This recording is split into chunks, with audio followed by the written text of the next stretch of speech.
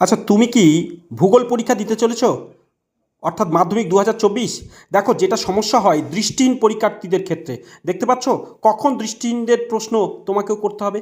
আগে ব্যাপারটা দেখো, এটা সবার জন্যই কিন্তু একটা সমস্যার কারণ হয়ে যায়। দেখো তো এখানে যেমন বড় কোশ্চেন্স, এখানে লক্ষ্য করো, দৃষ্টিহীন পরীক্ষার্থীদের ক্ষেত্রে চিত্রাঙ্কন আবশ্যিক নয়। অনেক সময় এই এই বিভাগটাতে এটাই বলা হয় যে এটা তোমাদের না, কিন্তু এটা সত্যি তোমাদের করতে হবে। বড় কোশ্চেন সেগুলো কিন্তু পাঁচের দাগে। কিন্তু যারা দৃষ্টিহীন তাদের ছবি দিতে হবে না, জাস্ট এই নির্দেশিকাটা দেওয়া।